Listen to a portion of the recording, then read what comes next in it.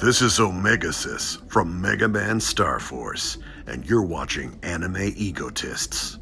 Geo, let's go buck wild on them. And welcome back to the Anime Egotists, where nobody wants to see our fusion dance. No, so for some reason it ends up as a hideous blob. We line up perfectly and have the same power level at the time, but I don't get it. Yeah, I don't fully understand it myself, and it's not something our audience ever needs to see. But, anyways, my name's Alex, and I think my favorite part about being a delinquent in anime is just the cool jackets.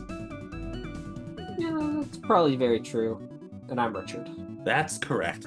In anime, there are so many fights. Fights that are good, fights that are bad, fights that are legendary. But there are also fights that really don't get talked about that often. Yeah, and we decided we wanted to talk about some of our favorite fights that we feel are underrated in the anime community. Exactly. Because people talk about Goku versus Jiren, people talk about how Naruto and Sasuke, but a lot of battles just don't get the love they deserve. Are these some of the best fights of all time? I wouldn't necessarily say that, but they still deserve some love in our eyes. Exactly. All right. And would you like to start us off? Sure. So the fight I picked was for Naruto, actually. I'm just going to start off with that one because it's easy.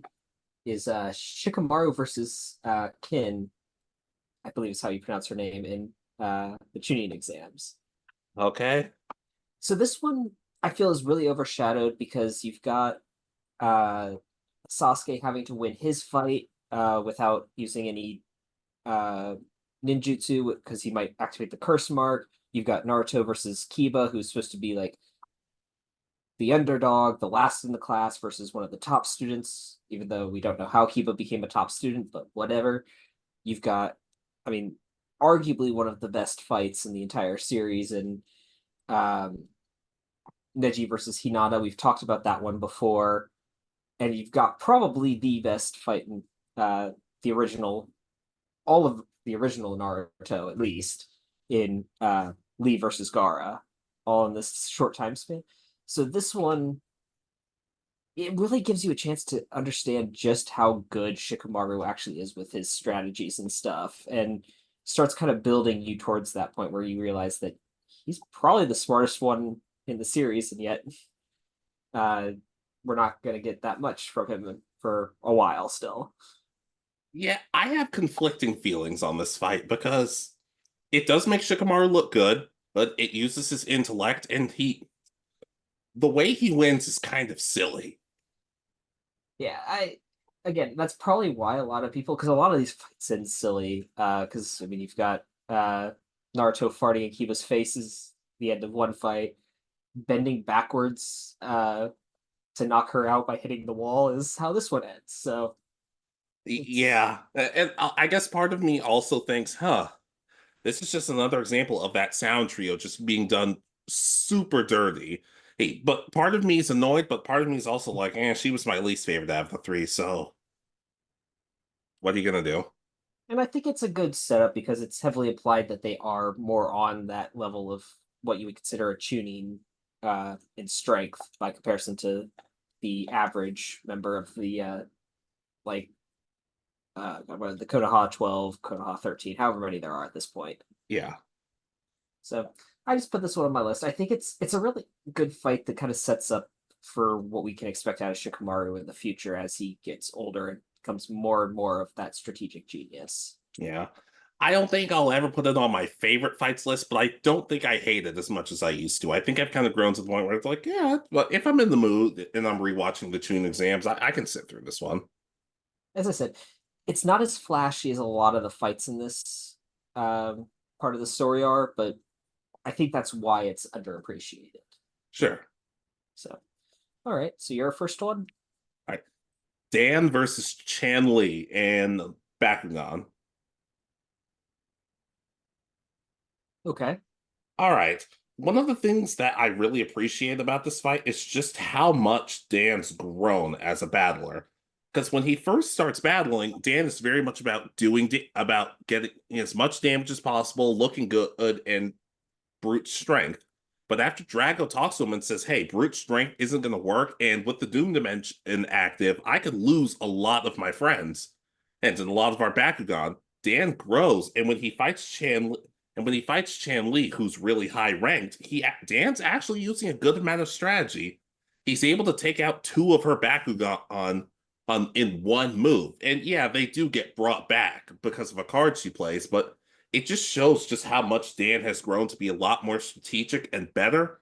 And there even is a moment where Drago looks like he's about to lose, but he ends up barely eking out a win.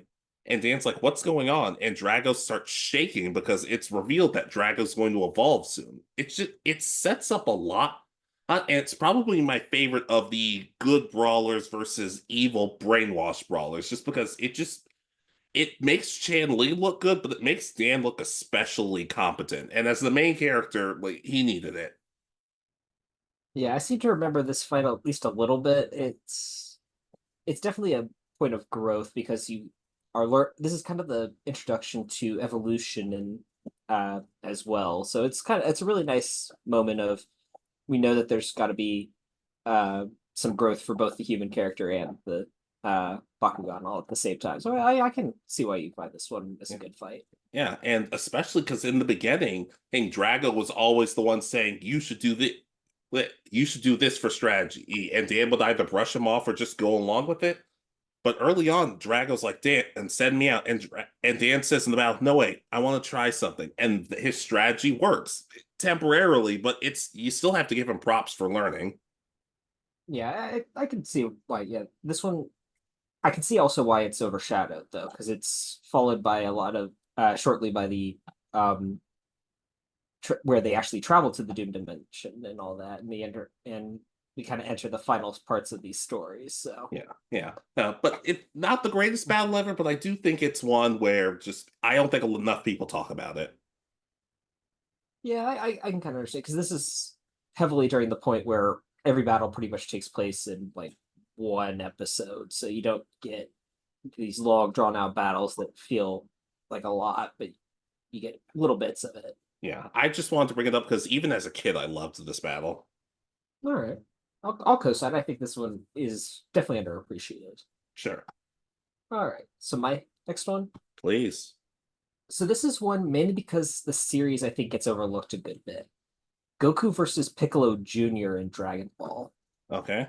So this is the climactic fight for the original Dragon Ball series. You've got Goku having made his third finals in a row in the World Martial Arts Tournament, and he's facing off against Piccolo Jr., who became Piccolo in the Dragon Ball Z series, but is in this point the rebirth of King Piccolo. And this is where the giant Namekian comes in for the first time. You get regeneration with Piccolo. You get to see Goku go all out at this point. And this is the first real fight of adult or young adult Goku. I don't really know if they have a name for this form because he's a little less bulky than he is even at the start of Dragon Ball Z, but there's just a lot that goes into this fight, and I feel like it gets heavily overshadowed by all the Dragon Ball Z fights and Raditz and all that. All of a sudden, Goku is among the least powerful, and he's got to work his way back up till he faces Frieza. So that's 200 episodes away or something like that in Dragon Ball Z. So, but at this point, he's reached his pinnacle on Earth. He is the strongest person on Earth now, and he's proven that he's grown a lot from that first adventure where he finds Bulma. So this one I just feel like is the perfect climax to if you've stopped at Dragon Ball and that's all you've watched, this is a good ending for the series. But it also sets you up for Goku's now the world's strongest. Now we're going galactic. We've got all these aliens now going to be involved in this. So it's just a nice point of that. But I just feel like it gets, as I said, because of how popular Dragon Ball Z is by comparison to just the original Dragon Ball, I feel like it gets overshadowed. Yeah, I can agree. Especially because I actually appreciate this battle because it's a lot simpler. Look, I love the flashiness of some of the battles later in the series, but there's something nice to where, yes, giant Namekians and stuff aside, there is kind of a simplicity to more of a martial arts feel of the show that I kind of feel gets lost sometimes. Yeah, we've seen a couple tournaments pop up again since then, but none of them have quite had the same feeling of where they're actually going to be fist fighting at a reasonable pace where the day-to-day people can watch and follow what's going on, because that's pretty much in all the other fights. It's like, okay, now we've got to the point where they're so fast that Goku's fighting faster than someone who's stopping time to time skip. It's like, Yeah. I will say that is what I appreciate about Hit, because his fighting style feels so much different compared to everybody else's. yeah, and I enjoy it. It's just, but there really hasn't been that many shows that focus on the kind of classical martial artists. There's boxing fights and stuff, but even then, they still say that a lot of times it feels like the characters end up fighting with like super speed or something faster than the human has ever been or something. Yeah, but I can agree. It's a fight that I don't always think about, so I guess in a way it does kind of work perfectly. Yeah, as I said, it's one of my favorites, but it's also, I feel like, very underrated because, again, I think Dragon Ball Z, at least here in the West, was much more popular than Dragon Ball. Now, I don't know about Japan or anything if they followed the uh, Dragon Ball series that much more. So Yeah. But I can understand why you feel that way, especially because even Dragon Ball kind of feels not talked about as much anymore compared to the spin-offs. I am kind of curious to see what happens with the Dragon Ball Daima when it comes out. If this is going to cause a resurgence of people wanting to see more of the original Kid Goku, maybe it'll lead to more GT people wanting to go back and watch that one. I just don't know. Yeah. Yeah, but I can go sign. It's a fight that doesn't really get talked about as much, and I feel like sadly in some cases, especially when the more stuff we get, the more it could get lost in time, but I hope it doesn't. Yeah, as I said, maybe with the kid characters, if the kid characters are done well in the Dragon Ball Daima series, maybe it'll be a bit more interesting, but we'll see. Yeah. Okay. All right. So your next one? Well, I'm glad you brought up that you're kind of missing martial arts because my next one is perfect for that. Okay. Suo versus Kanuma from Windbreaker. Okay. All right, so the main cast of Windbreaker are the Boforin. They're delinquents, but they also help out the town. They'll clean up messes. But their rival gang is the Shistoran, which are the exact opposite, causing trouble, hurting innocent people, you name it. And so the two gangs decide to have a series of matches against each other for control. Oh, and one of the first fights is one of the main characters, Suo versus Kanuma. And Suo's kind of an odd delinquent. He has a very playful sense of humor. He makes jokes, but when he starts fighting this random delinquent named Kanuma's very much like destroying people, destroying people. He's arrogant. But Suo has a very interesting style. It's not just simply fighting for the sake of fighting. He actually counters everything. And he does the Ultra Instinct Goku 1-inch punch thing to him at one point, and it's revealed that he's very proficient in Kung Fu and Aikido. Oh, and the whole time, and Suo's a nice guy, but he's similar to Goku in the sense that he will trash talk you or disrespect you in a fight if he doesn't feel like you're worthy. So he says, you know, you're throwing all these tantrums, and that's really only queued up until about middle schooler. How about you try being an adult like me? And as Kanuma's getting like harassed by his teammates to try and win, Suo's just dominating the whole battle. And a lot of people don't like one-sided fights, but I especially love how it actually sums up Suo's character perfectly. He's a nice guy, he's cheerful, but he's also very he doesn't do the first move. He lets the opponent make a mistake, and that's when he capitalizes on it. And for just it's a very one-sided fight, and not a lot of people talk about it as much as some of the other fights, and like Sakura versus Joe and some of the other really cool fights. But at the same time, like it perfectly demonstrated a character within the first couple of episodes, and I thought, uh, I know it's not the best fight of the series by a long shot, but I'm like, it was a fight that I immediately got invested in. It sounds interesting. I haven't actually seen Windbreakers, so I don't know this one off the top of my head, but I think it's on my list. I've got way too many things to eventually go back and watch, but I think Windbreakers is one of those. It definitely seems more kind of up your alley because it has that delinquent aspect, and I know you really enjoy those. Yeah, get a little bit of a guilty pleasure. So, but I'll co-sign. It sounds kind of interesting. The kind of having that kind of classic, all one-sided and then kind of turning around towards the end fight. So Yeah, Suo kind of humiliates the guy, and then he tells the whole gang, it's like, oh yeah, I learned Kung Fu and Aikido from my master. As far as I know, I don't think we've met his master yet, but it definitely, I definitely noticed when he mentioned. all right. It sounds like an interesting fight, and it's one I haven't really heard about, so it definitely, I think, meets the category of being underrated. Yeah, some of the fights in the next few episodes overshadow it, but like I said, it deserves some respect. All right. I'll co-sign onto that one. All right, so my next one. Sure. So this is one that I think it's overshadowed because of some of the fights that come up even later in this season as well. And it's Deku versus Bakugo fight 1.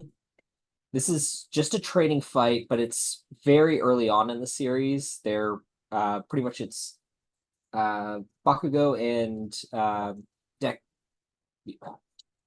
Bakugo and oh god, Ida, the speedy guy, are playing the villain in a training exercise versus Deku and Uraraka, who are being the heroes. And Bakugo is being his definitely early self, where he's actually pretty much trying to kill Deku. He blows him up in the face, does all this stuff, but it gets overshadowed, I think, because very shortly after you get the USJ story arc, which is the first big story arc of the series. Then you have all the other fights that come out through like the summer training camp arc and the provisional licensing exam and the tournament during the sports festival. All those things just kind of overshadow this fight, being that it's so early on in the series. This is the kind of Deku's first big I'm not gonna let you bully me anymore kind of thing. I'm trying to earn my place here. So I just threw it on this list just because it feels like it's one that's less talked about, especially because it's not as flashy as a lot of the fights, because they're supposed to be rookies. They're just starting out. I mean, this is like their third or fourth class of the year. Yeah, especially if this is from the sounds of it, it's supposed to be a training exercise. So them being completely proficient in everything they're trying to fight with wouldn't really make any sense. Yeah, and they're still kind of showing that Bakugo's ahead of a lot of people because he's kind of got experience with his quirk and understanding how it works and stuff. And Deku is still very much at his I'm breaking every bone in my body when I use my quirk kind of powers. I've seen Stranger. That's not a spoiler because that happens at like episode 3 and doesn't and keeps happening. So I've seen a Medusa figure in anime turn somebody into a carrot, so nothing really phases me anymore. Medusa figure turns. It was Bobo. It was Bobo Bobo Bobo Bobo. What do you expect? Very true. Yeah. But I guess I can go sign on to this. It sounds like a good moment to showcase. He said even that though Bakugo's the strongest, Deku's gonna stand up for himself. So I could see that. Huh? I heard My Hero just ended, and I hear people just love the ending. Do you have any thoughts on that? I I know what you're talking about, and I don't know. I'm still trying to process how the manga ends and wait and see how it looks in the ending. But I am a little disappointed on how it ended. It feels like stuff got left off. Yeah, part of me, a giant part of me, really is sad that a lot of people don't seem happy with the ending. Because I don't want, no matter the anime, I want people to enjoy it. I want people to be happy. But there's also a sick, twisted, disturbed part of me that's like, oh, all that trashing of Black Clover from some of the toxic fans. Go figure. But that's the evil part of me. I'm trying to fight that part. Yeah, no, trust me, I get it. I see it both sides. I think, I mean, there's part of me that understands how he did the story, but I also there's parts of me that feel like there's stuff that he said was going to happen and hasn't happened, and it's like, okay, is there going to be a not necessarily a sequel series, but a spin-off of some kind that tells some extra stuff? It's kind of hard to tell so far. Yeah. But I can co-sign. I can understand why that fight might not be everybody's favorite. Yeah, as I said, there's a lot that happens very shortly after, and then you enter the second season is where got some of a lot of people's favorite arcs are in that second season, which so I think a lot of that overshadows. Yeah. Though to be completely honest, I feel like you're the only person who talked to me about My Hero during its first season. Season 2 is when everybody else started talking about it. I just found it randomly. I was like, oh, okay, I'll give this a shot, and I watched it and thought, okay, I could see how this ends with him just being a kid going to school. Okay, and I didn't expect season 2 because it was a 13 episode anime, kind of a one off on season 1. No one heard of it, at least around where we were at the time. In hindsight, maybe you shouldn't be investing in the stock market because if you didn't take a chance on My Hero, then you'd be losing money. I am right now, but okay, that's enough of that. Oh, goodness. Anyways, my next one. Go right ahead. All right. Gintoki and Shinpachi versus Kyubei and Binbokusai, Gintama. Okay. Okay, this arc is kind of interesting for me because it introduces Kyubei, who was a friend of Shinpachi's older sister, Otai, and Otai protected Kyubei from bullies, and Kyubei returned the favor by saving Otai from some attackers, and Kyubei ended up losing an eye because of it. So Kyubei made a promise okay, to kind of take a back step a little bit, Kyubei was born a girl but raised a boy, and Kyubei promised to marry Otai someday and get strong enough to protect her for all she's done. So through the arc, Kyubei kind of goes down a dark path and twists Otai's arm into marrying her. And one of her relatives, Binbokusai, sets up a challenge where it's like, okay, all of Gintoki's friends who showed up to save her, and all of my men, we're going to do a challenge. We're going to put these little plates on our bodies, and whoever has the last plate that isn't smashed, their team wins. And it's just a really cool set of fights because Binbokusai is kind of like Gintoki, as in kind of a jokester and very laid back, but still incredibly powerful. And it's been built up that Kyubei was actually able to beat Hijikata, who was portrayed as really strong early in the series, and even towards the end. But I think I just really like this fight from Shinpachi's perspective because Gintoki has a really awesome sequence where he's able to just dodge Kyubei's attack and shatter the plate that's on Kyubei's chest. It's a really cool fight because it's not just who's the strongest, it's being strategic. And when Gintoki's plate gets shattered, Shinpachi's the one who makes the final elimination. And he's not the fact that the main character was the one who motivated, I guess you could say, the other main character. It's just cool because it's showing that just because you're the titular character doesn't mean every problem has to be solved by you. It's a really cool moment for Shinpachi's growth, especially since he grows really slowly throughout the series. It just has a lot of fun moments, and it gets overshadowed because, admittedly, there is a fight that's better in this arc. But I don't know. I just feel like for how it treated Shinpachi, the fight gets kind of slept on.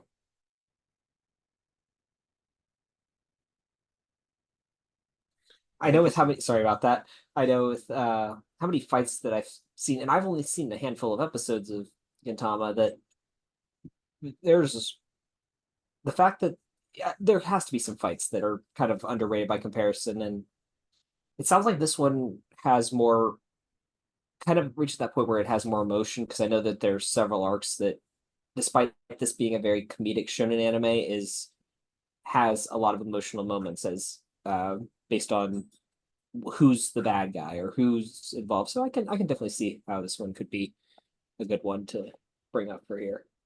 Yeah, and you feel bad for Kyubei because they're not really a they're the villain of this arc, but you could tell they're hard with everything they've been through. You kind of feel sorry for them, and they do eventually become like a good guy and become part of the team. So it's also an introduction to to a kind of slept on character because as they progress, it's kind of like, do I want to be a man? Do I want to be a woman? Neither. I'm going to be Kyubei, and I don't know. I appreciate them from the get go. Yeah, it sounds like this is a good, I don't know how to put it. Like as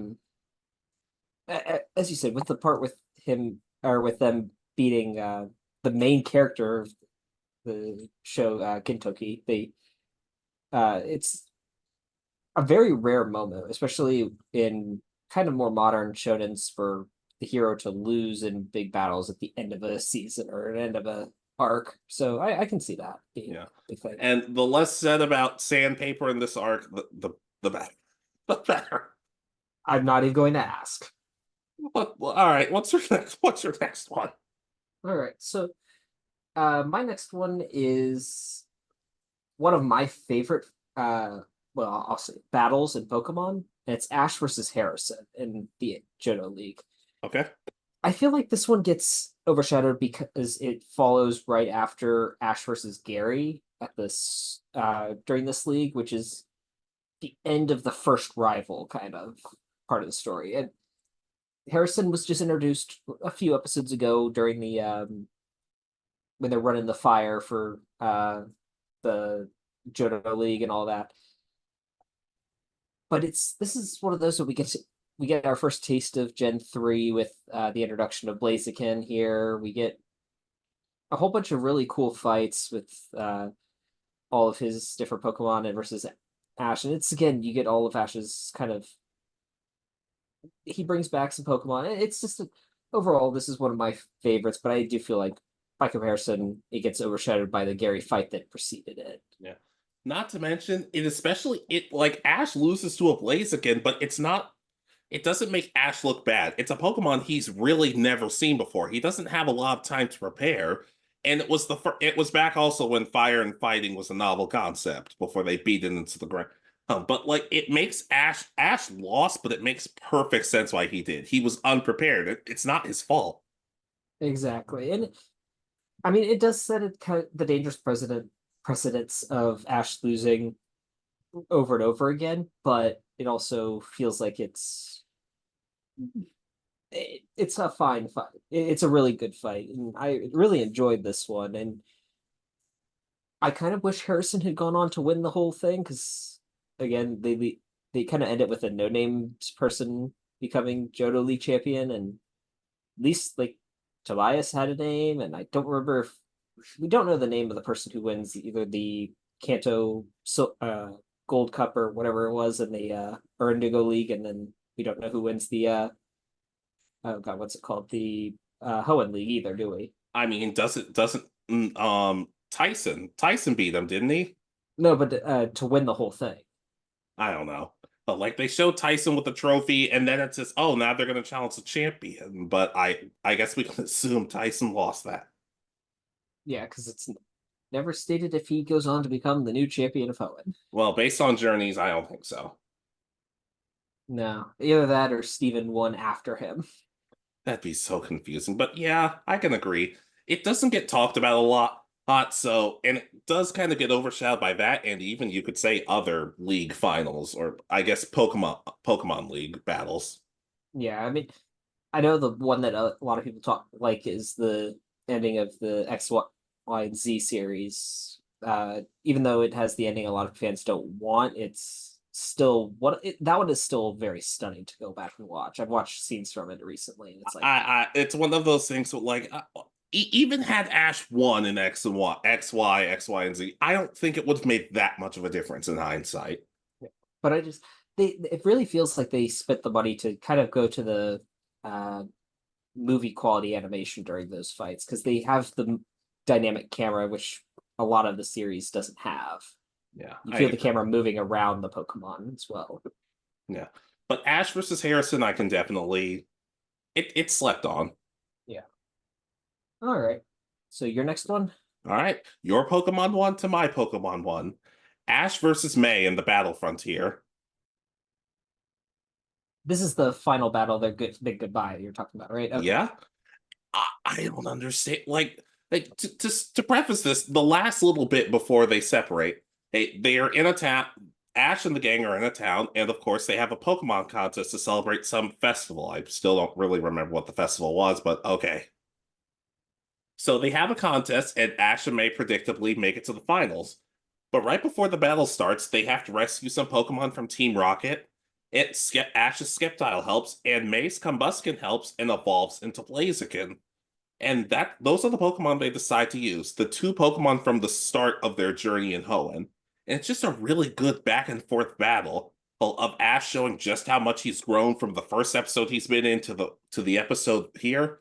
And it shows that May has learned a lot on her journey. Remember, she didn't want anything to do with Pokemon, and now she's doing everything she can to basically surpass her mentor and her friend in a sense. It's a really good back and forth, and both showcase some pretty interesting tactics. It ends in a tie, and that's when they decide that the ribbon, for some reason, they keep calling, I think they call it, I don't remember what they call it specifically, but they don't call it a ribbon, even though that's obviously what it is. But Skeptile cuts it in half, and it's a sign of their friendship and their journey together. I think it's a really good battle, and I feel like there are kind of a couple of points where people don't like this battle. Some people say Ash should have won because he's the better battler, but my point is it's a contest battle. I'm not, even if May had lost, she should have at least looked good. And a lot of people say, well, May should have won this because it's a contest battle. I'm like, yeah, but it's also a lot of battling. It makes perfect sense why it was a tie for me. Yeah, you've got Ash, who's had his Pokemon fully evolved a lot longer and is stronger, and then you have May, who's grown into one of. Was she a finalist in the this cup, or was it she? In the second Grand Festival, she was, I think, top 4. So yeah, so she's proven that she's really good at the styles aspects of this. So it's a big ask for Ash to be able to do that same style stuff, even though he's a better battler than May is. So it's I can see why this ends in a draw because it's a miracle Ash made it through as far as he did in the style side. Yeah, and especially because a lot of because people just sort of forget about this one because it's just I don't know. A lot of people just don't really look at this fight like it means anything, but it's the start of it's May realizing, okay, I have to change my style and I have to start doing things on my own in order to really succeed. And I think it's a powerful moment. But it's not Diamond and Pearl or X and Y. So I guess nothing good could happen in any generation outside of that. Also, oh boy. What do you think of the idea that Ash and May both keep a ribbon as a sign of their friendship? I can understand it. It kind of feels like um, it's a different way of ending a journey with someone than they've done in the past or in the future. Because you've got with uh, you have the big heartfelt goodbye with Brock and Misty supposedly going their own way at the end of Johto. You've got Dawn kind of having that same aspect at the end of the Sinnoh series, and then so I can definitely see that this being just a unique way of showing Ash's first pupil has got a special place. Oh, really? Because apparently you and I are the only people who like that setup. And it's not because it has less to do with people being like, oh, well, I think Ash should have let May keep the ribbon because ribbons mean more to her, or maybe Ash should have held on to it himself. It has nothing to do with that. Apparently, the reason that a lot of people are upset is because there are people who retroactively say, hey, why did it have to be a romantic moment between the two? It should have been Ash and Serena doing stuff like this. I'm like, oh, yeah, because I sense romance from this. No, it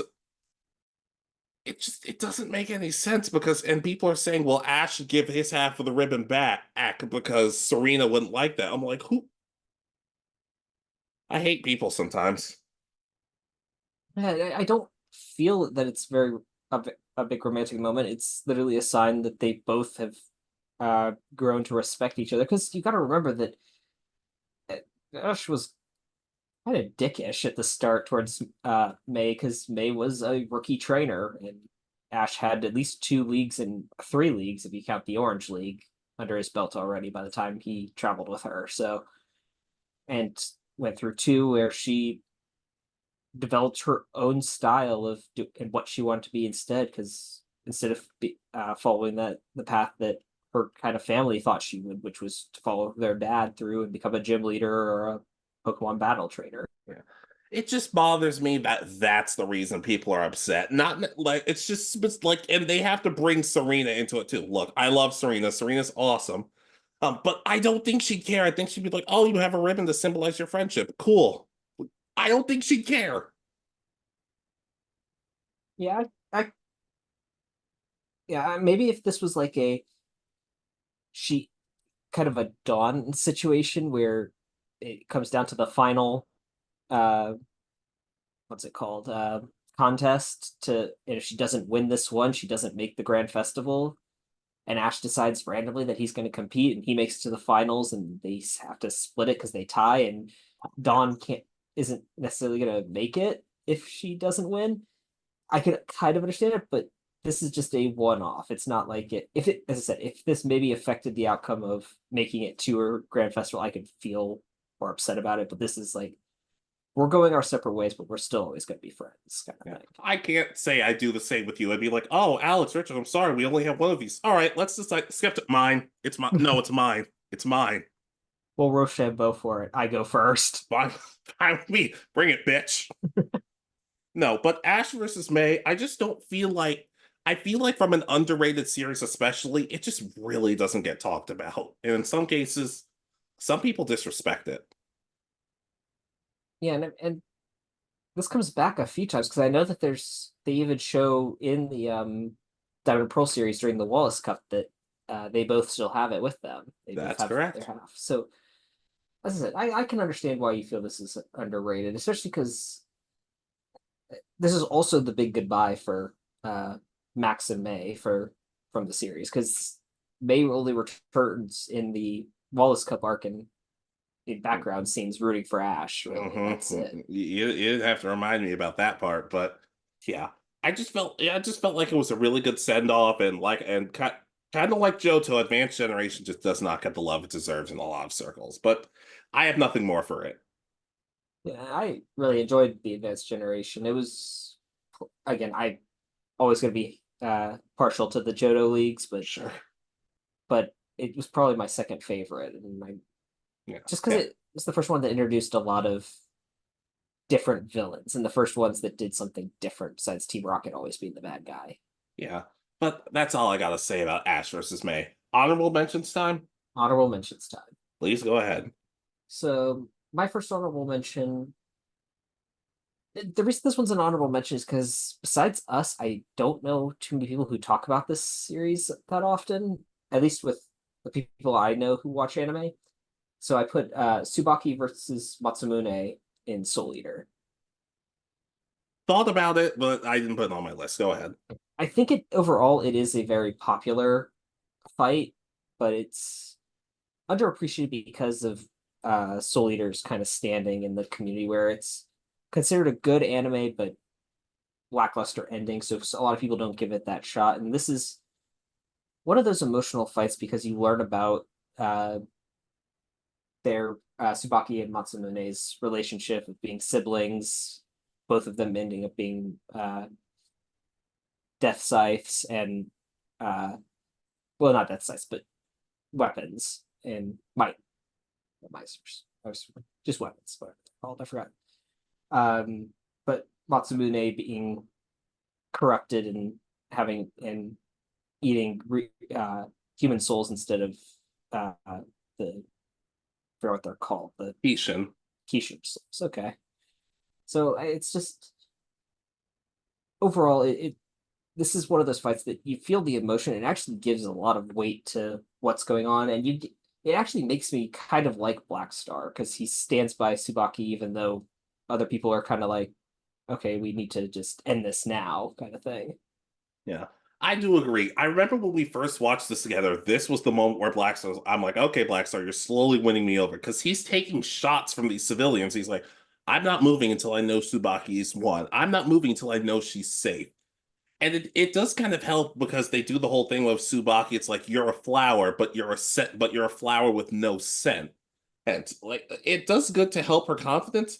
The reason this doesn't rank it, like I say it's underrated, but I also say it could have been a lot better because the whole arc of Tsubaki kind of standing up to her brother and fighting him off, I feel like it happens and then just disappears. I feel like there was very little build to it, and it just sort of happened. Like went back and listened to our Soul Eater review. We didn't even talk about this part. We didn't even talk about Tsubaki facing off against her brother because, in my opinion, it happens and then you just kind of forget it happened. I felt like with more build, it could have been better, but I could still consider it underrated. Yeah, I could have seen maybe like us hearing about. I think it's called like the Demon Blade or something is what they're calling her brother. And if we'd heard like stories of a travel, like more background, maybe if it was built up as you said, but overall, I think this was just one of the better fights because it felt like there was a lot more connection than a lot of the other ones felt throughout the series. Because I mean, when you end with the punch to the face, it's a little lackluster in some of even the big ending fights. So. Yeah, the crazy thing is, I don't even hate the ending as much as I proclaim to. In some ways, I like it, but I also think that's just because I've seen some of the ending from the manga, and I'm like, maybe we got the better end of the deal. I don't know. As I said, this one's just an honorable mention because I think if Soul Eater was a bit more in the mainstream, I mean, it's not necessarily outside of it, but I think if a lot more people gave it a shot, it would this fight might be more popular. Yeah, I can understand that. It and like it said, like especially for the two of us who hated Black Star at first, it's nice that we were like, okay, we're kind of growing to like we're kind of growing to like him. Yeah, and it gives you that knowing that even though he's annoying and of itself, he's still willing to stand up for his partner and stay there. Especially after because I think this is after we get the mini episode where him and Soul team up and try to form a different partnership, and it's like, wow, they're just dishing their people right off the bat. Yeah, but they learned that Black Star and Soul were too compatible. That's why their relationship never worked out. They were already resonating souls right away. It didn't even matter. They didn't have to try. They were the same person. That's so one of the best scenes in the whole show. But yeah, I can go sign Tsubaki versus her brother. It doesn't get quite the love it deserves, even if it could have been built better. Exactly. So your first honorable mention? All right.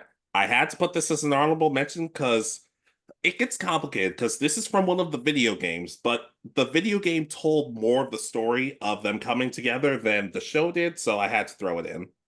Okay. From Ultimate Ninja Storm Generations, Itachi versus Kisame. Okay.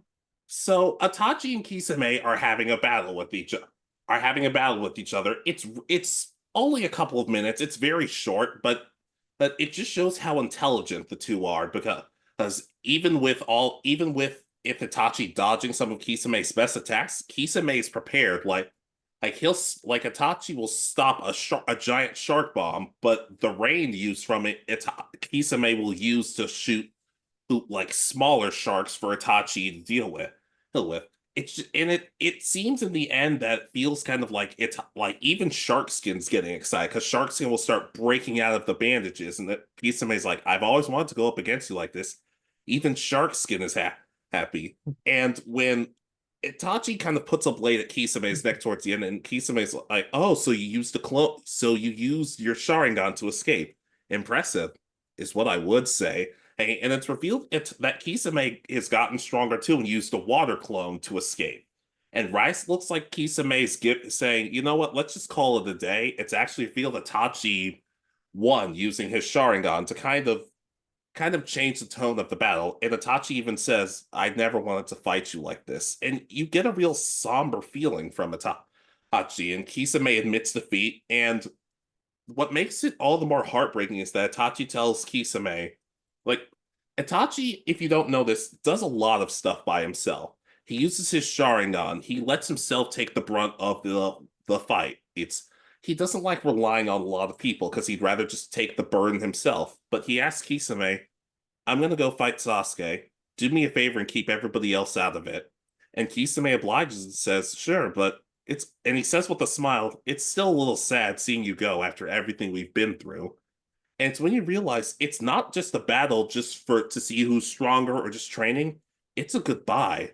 And Itachi, it just shows the kind of interesting bond between the two because Itachi, they did not get along that much at first, but Itachi respected Kisame enough to even use some of his stronger stuff. And because he knew Kisame loved fighting, but it's still sad because they both know this is the last time they're going to see each other. So when Itachi dies and Kisame's heartbroken, it makes sense. And when Itachi realizes that Kisame's dead, you can tell it's hard on him too. I don't know. Oh, it's not completely canon, but it just felt like a love letter to the two, saying that they appreciated and cared about each other. They understood each other because it's heavily implied that Kisame knew that Itachi was actually spying against them and didn't care because he didn't actually really care about the Akatsuki himself. It was more of just, okay, I'm doing this so I can fight the strongest people I can possibly fight. And yeah. Yeah. Also, well, Itachi being stronger than Kisame, like what would Kisame have done if he actually tried to stand against Itachi? Not a whole lot. Yeah, so I can definitely see why you like this, and this is something that I would we'll talk about soon. I think about the dream scenarios and stuff that we could talk about. Yeah, because when I first played it, it's actually a cutscene you watch. I thought it was super cool, but now that I'm older, it's great, but it's also all the more heartbreaking because you know one way or another they cared about each other. You can't tell me that they wouldn't still be friends if they were both still alive. Yeah, I could definitely see, like, if Itachi had survived longer, that Kisame, you'd probably get a completely different oh god, the I guess island arc. I don't really know what else to call it. Because Kisame would probably have turned against the Akatsuki to just been like, I'm with Itachi. We're best buds. Yeah, yeah, and I, for as much as Sarada kind of rolls her eyes at Sasuke sometimes and makes him kind of upset about it, I could see her doing the same with Itachi, and I could see her being like, I'll be at Uncle Kisame's if you need me. And Kisame's just like, I don't get it either, but okay. Somehow he's like her favorite uncle. It's just really weird. Yeah, yeah, but like I said, it's a cool fight, but it's also a somber goodbye to two people who I don't care what people say. Itachi and Kisame were friends; they cared about each other. Yeah, especially because by comparison to what we get out of Itachi, and I forgot what the name of his first one was, who was the I don't seven ninja know. swordsman and had the executioner's blade before him, before Zabuza. So I can definitely see it. Yeah, but that's it for Itachi and Kisame. All right. So my next honorable mention, Go ahead. I put Ichigo and Ikako in Bleach. Okay. This is one of the first fights that we see in the Soul Society Rescue Rukia arc. Pretty much, we kind of get scenes of Ichigo beating up on the day-to-day foot soldiers that you kind of just see in the background, and Ikako is the first one that really provides a challenge for Ichigo at this point. He's a ranked member. I think he's the third seed at this point of the 11th division. So he serves under Kenpachi Zaraki, the big scary guy. And it's just a interesting one because you kind of start learning a bit more about the structure where there's the captain, the lieutenants, and then there are some officers that can run stuff that are below the lieutenant and the captain. And it just allows for the fight. It kind of starts explaining the different like awakenings of Zanpakuto's, the strength level of by comparison that yes, there are the base people who could do your day-to-day little things, but then there are people who are that are still on Ichigo's level. But I think this gets overshadowed a lot by the fights that kind of surround it. You've got oh god, well, Ichigo versus Tsubaki, or Kenpachi Zaraki, and then Ichigo versus Renji, and then Ichigo versus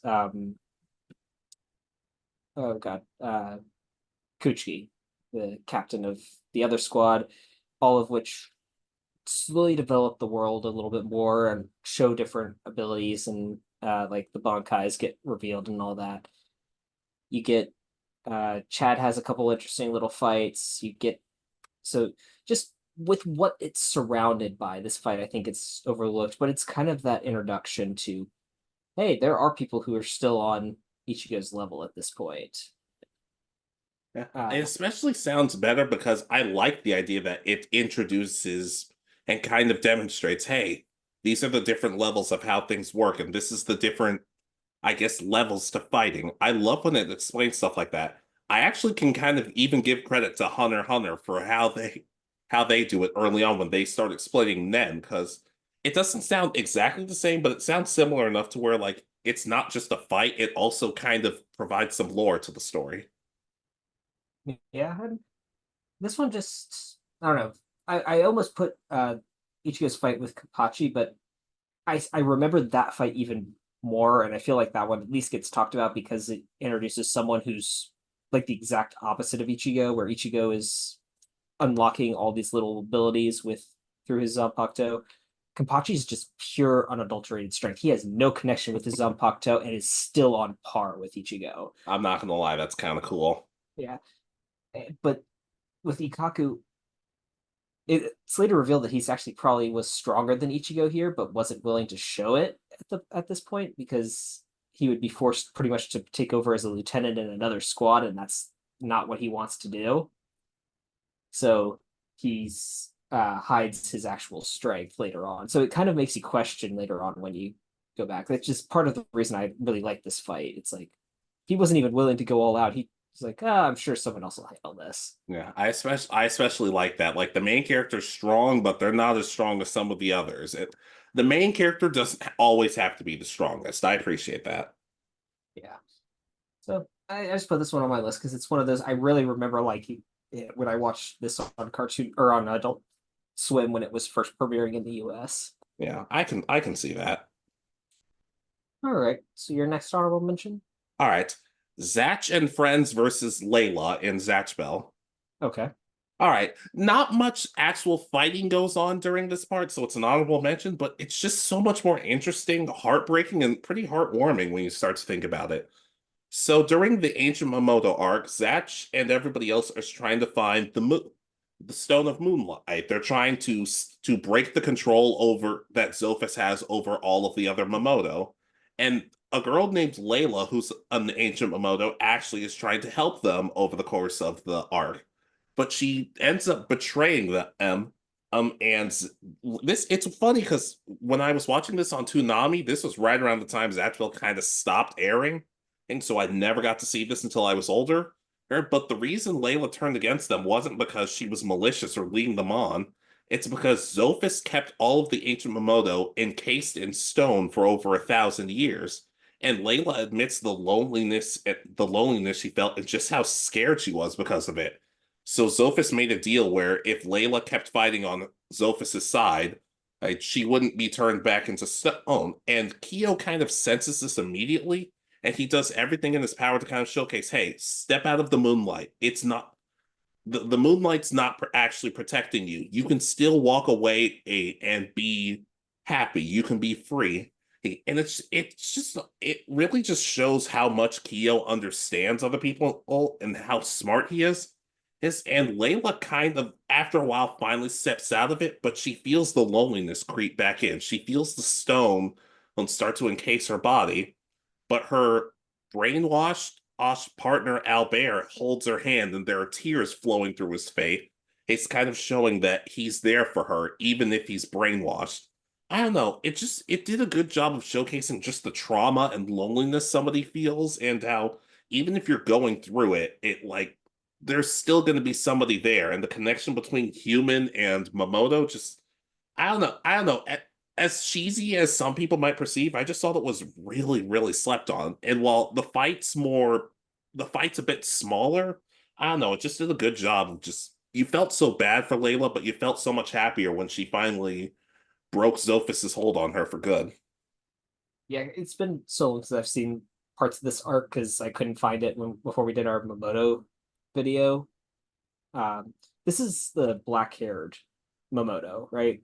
It's kind of like purplish hair, horns, giant purple eyes. Yeah, okay, I know who you're talking about. Yeah, I vaguely remember this and feeling like this could have been a lot of a big fight, but it didn't need to be. And that was, I think, the best part of it is that it had potential to be this big epic fight between kind of kind of the fight with all where it's like someone who doesn't really want to but is doing it because they're afraid. So I can co-sign. I think this one is definitely an honorable mention. Yeah, there's also a part of it where Penny and Penny and Bianco show up and they have to start fighting against Zatch. And Kyo says, "Oh, I have a perfect way to get Penny back on our side. Zatch, just say you want to be friends with her again." And Zatch is like, "Kyo, have you lost your mind? She is still in love with me." It's just, and then Kyo says, "Hey, Penny, Zatch wants to be friends with you again." And she's like, "Really?"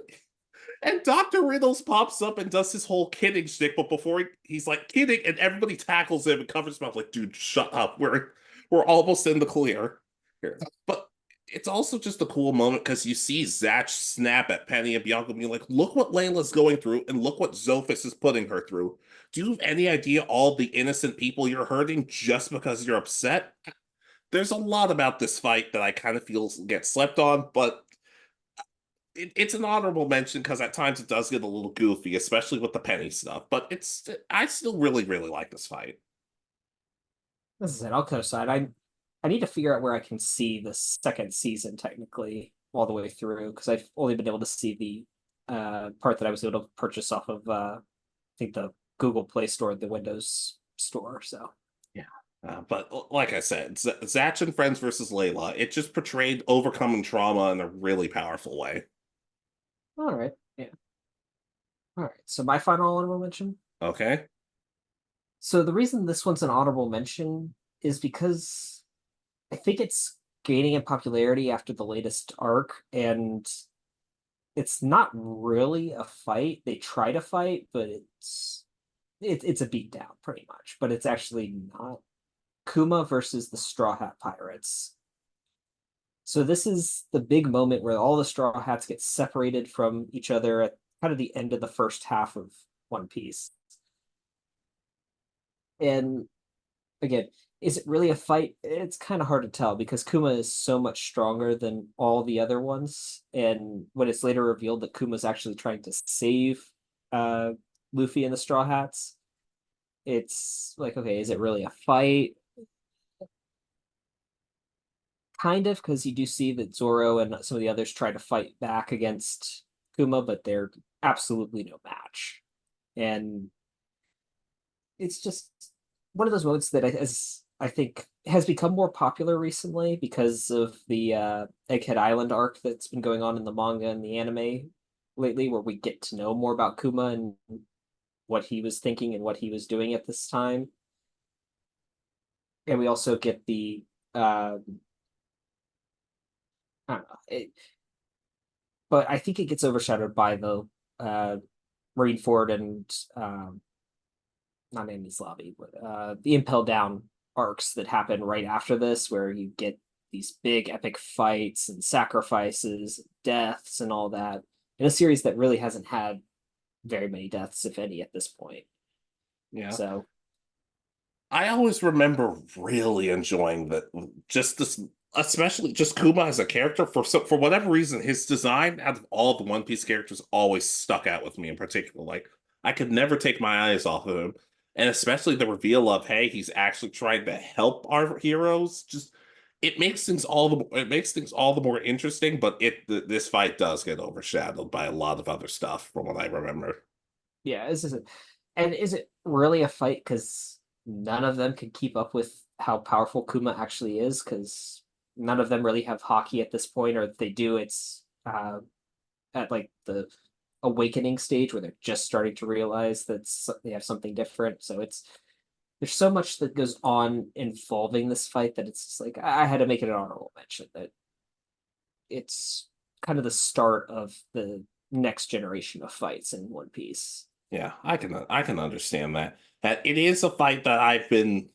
Look, I don't know if I'll ever go back and rewatch One Piece because Lord knows I'll never catch up. But it's always something like it's always something that's kind of stuck out to me. This battle in particular. Just wait for the Netflix redo new anime that they're doing. They just announced that they're a fit. Like I think the official concept art for the first part of it has been revealed, and it's supposed to. I don't know how it's much different it's going to be. But don't they already have the live action Netflix? Okay, sure. I mean, this may be like a Dragon Ball Z Kai-esque thing where they're cutting out some of the less needed stuff and shortening stuff down where there's so we don't end up with 10 episodes of Goku screaming as he powers up. I might actually have to watch it then, but like that's so much. But I could the battle against Kuma does get overshadowed a bit. Yeah. Well, I was going to say the new anime will only be 1,000 episodes.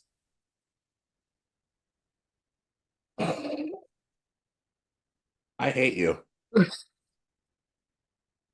Yeah, but in all honesty, yeah, this fight gets overshadowed just because it doesn't look good for our main characters because we're literally just watching Kuma go like that to people and they disappear, and we literally for like when the episode ends, we don't really know what happened. It's you have to literally tune into the next episode to find out that oh he didn't just wipe them out or send them to like prison or something. He's sending them somewhere random in the world. Yeah, I can co-sign.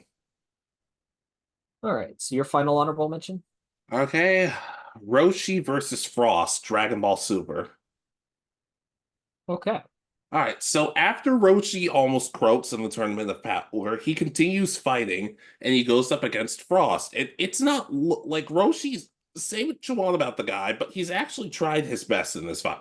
Hey, he's sealed people away, he's gotten some eliminations, he's held back a lot of the stuff involving women and the more controversial aspect of his character.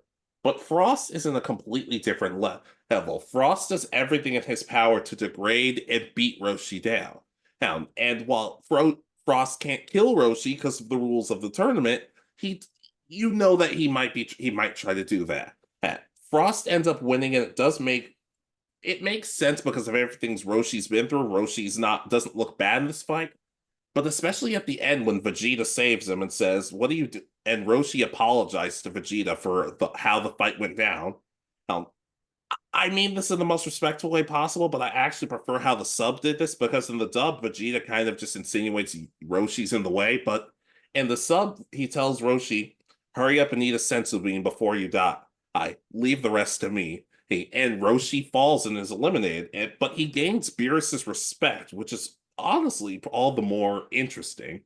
I don't know, for how Roshi did in the tournament and one of Vegeta's cooler moments in Super, I don't know. The fight itself I feel like it gets slept on, especially throughout the whole tournament.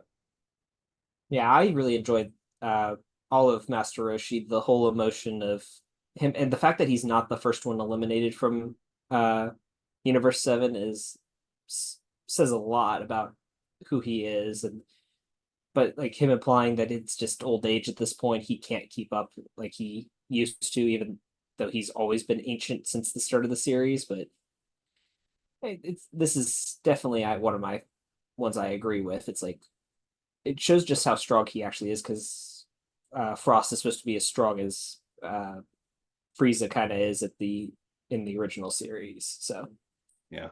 And especially when Beerus kind of looks over at Krillin, Tien, and Roshi have all been eliminated, he just says, "You bunch of baldies, what's wrong with you?" He's like, "But my opinion of you has grown," and he calls him Master Roshi. I'm like, that was cool. That was cool. I don't know. Oh, it's not Goku and Jiren, it's not Hit and Jiren, it's not Goku and Kefla, but it's a little slept on. yeah, I'll co-sign. I think this one is one of those little fights that it gives a lot, but doesn't. It means a lot to those that have seen the entire series. Because I mean, the last time we really saw Master Roshi do anything that big was in Dragon Ball. It's been a very long time. Yeah. And like I said, just one of Vegeta's cooler moments of him saying, "Just leave the rest to me." It was a cool moment for him too. Yeah, instead of being his like it shows his growth as well from being the uh monster that he was at the start of the series of just okay, I don't care about anyone else. I'm just going to kill whoever I feel like to having a respect for someone who managed to make Goku strong enough to be his rival. Yeah, yeah. But Roshi versus Frost, that's my last honorable mention. All right. So my last one. Go ahead. So I put Mary Jane versus Freed from Fairy Tale. Okay, not the Mary Jane I was thinking of, but okay. So this one takes place during the Fairy Tale Civil War arc. I don't know how else to put it. Pretty much the arc is Loxus, who's kind of been a bully in the guild, wants to take over, and he only wants the strongest members. So he's got his own personal group, and he's having everybody else kind of fight it out throughout the city Magnolia that they're based in. And Mirajane, sorry, um, was one of the strongest members of the guild. She's considered an S ranked, which is among the highest ranks that a wizard can attain in their world. But through the trauma of losing her sister on a mission she was commanding and all this stuff, she's kind of suppressed her power and has become just kind of the bartender for the guild. And up until this point, you know that she was powerful at one point, but you think that maybe she's ill or something. It's not really explained until kind of the start at this point. And at this point, her brother Elfman is fighting Freed, and Freed uses a magic where if he writes something, it called his magic's Dark Écriture.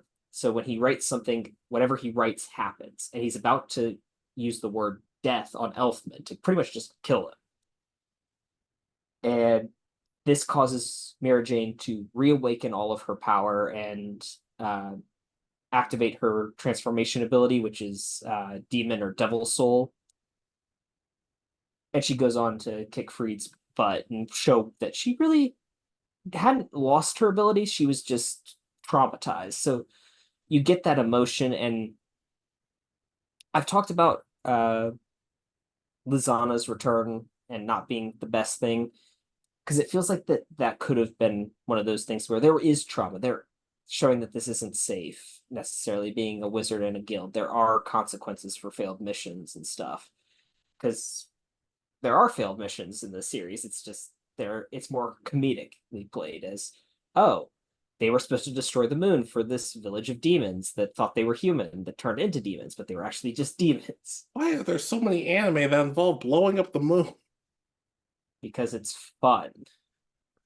Sure, why not? But I can go so. It sounds very similar to the Zatch Bell fight I talked about. How the trauma kind of, you would think in some cases it weighs the fight down, but it actually adds a lot of emotional intrigue to the fight, and you really want your favorite character to kind of overcome it.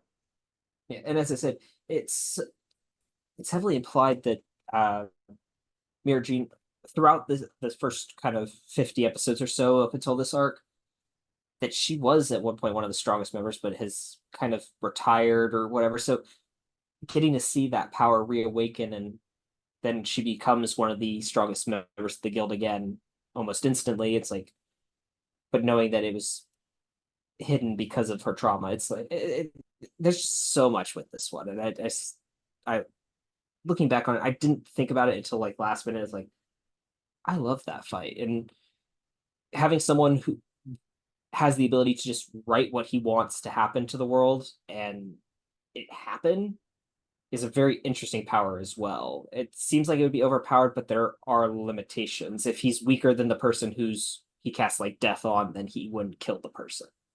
I'm really glad fanfic writers don't have that same power because that would ruin so many anime for me. Seriously, and it would just end the world overall. Yeah, not any of our fans. I'm sure all of our fans have fantastic fantastic, amazing fan fiction. I don't mean you guys. No, he means me. I just kill everybody. Yeah. I don't want to see what you do to some of my favorite anime, but I can go. And I'm gonna give Fairy Tail a chance one day. Hopefully, I like this fight as much. I like this fight as much as you do. Yeah, there are aspects of it that eventually I want to look back on this arc because there are parts of it that I question, and eventually I want to do something about it. Maybe once you've seen the series, or at least up until this point, we can talk about it. But we'll have to wait until you see that part. Sure. All right. So your last one. All right. My last. Well, speaking of stuff that I have to wait for you to catch up on, my last anime fight or battle that really doesn't get the love it deserves: Chazz versus Aster, Yu-Gi-Oh! GX. Okay. Okay, so during season 4, Chazz is kind of under the apprentice, is an apprentice to Aster Phoenix, the a pro duelist. And he does pretty well, but through some shenanigans, Chazz ends up losing his job and costing Aster a pretty big spotlight in the pro league. So they end up dueling they end up dueling against each other to settle the score. And a lot of people kind of have a problem with this because a lot of people really feel like that the two really haven't really grown as much as they should have. But look, I don't love season 3. It's a mess, especially for characters like Chazz, Alexis. I could go on, but it doesn't negate Chazz's growth. He's still gone from somebody who respects X power to somebody who will showcase technique. Is he still arrogant at times? Sure, but he's grown to be a kinder, more generous person. And it feels like Jaden actually gives Chazz a boost in this because he also tells him, hey, throughout everything, you want to be a pro duelist. This is your chance to show that you belong. And it's a good duel because you see Chazz get his confidence back after messing up with Aster in the previous episode.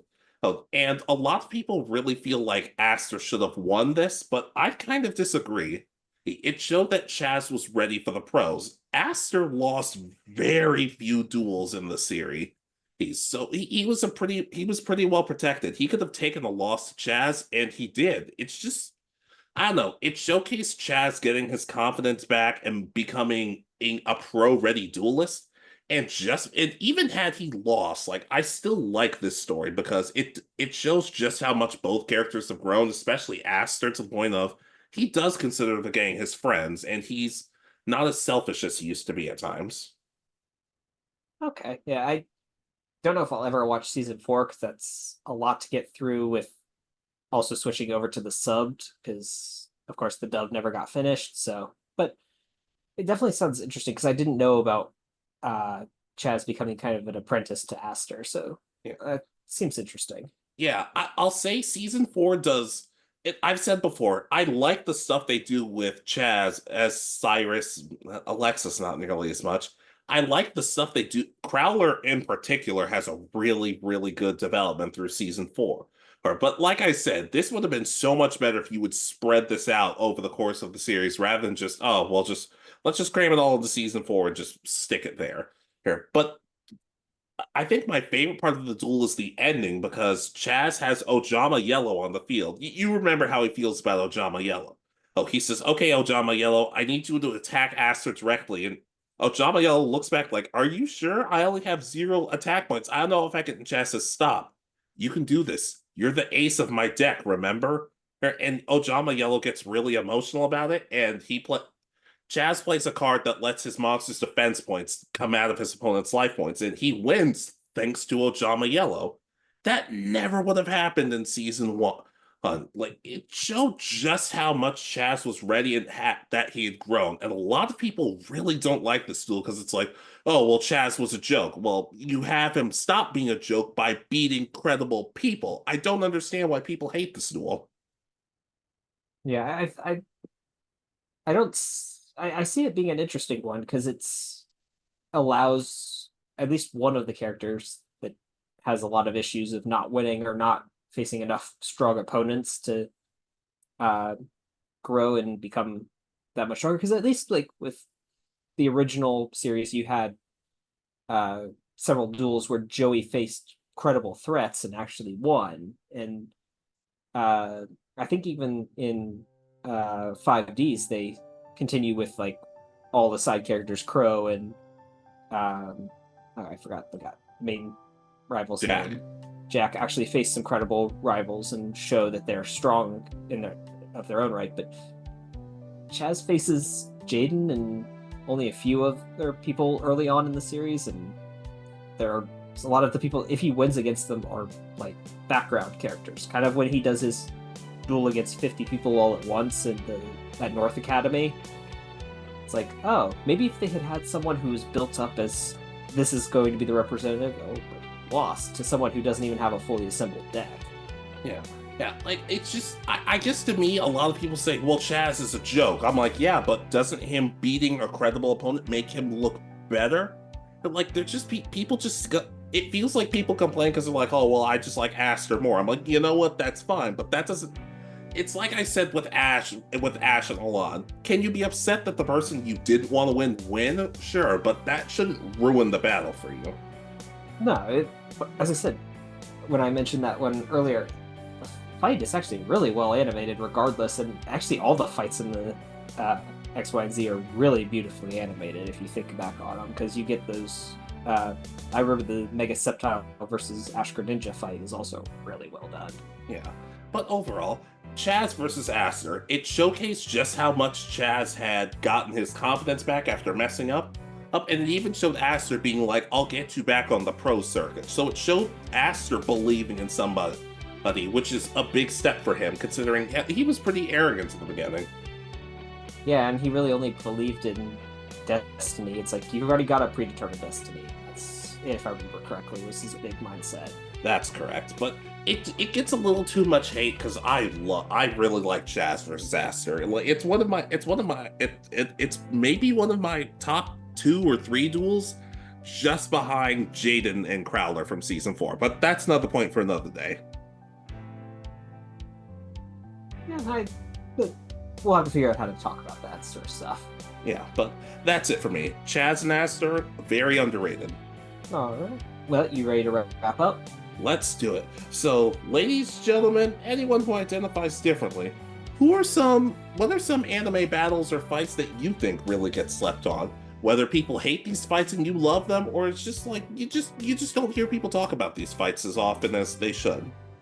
Yeah, and are there other fights you want us to talk about, or other like topics you think we should do? Because fights are a lot of fun to talk about because they're one of my favorite parts of anime. But yeah, I agree. Just let us know. Let us know what else you'd like us to talk about. Now, be sure to like, comment, subscribe. Be good to each other. Be good to yourselves. And we'll see you next time. This has been Alex. And Richard. And you have been listening to Anime Egotists. Good night and peace easy.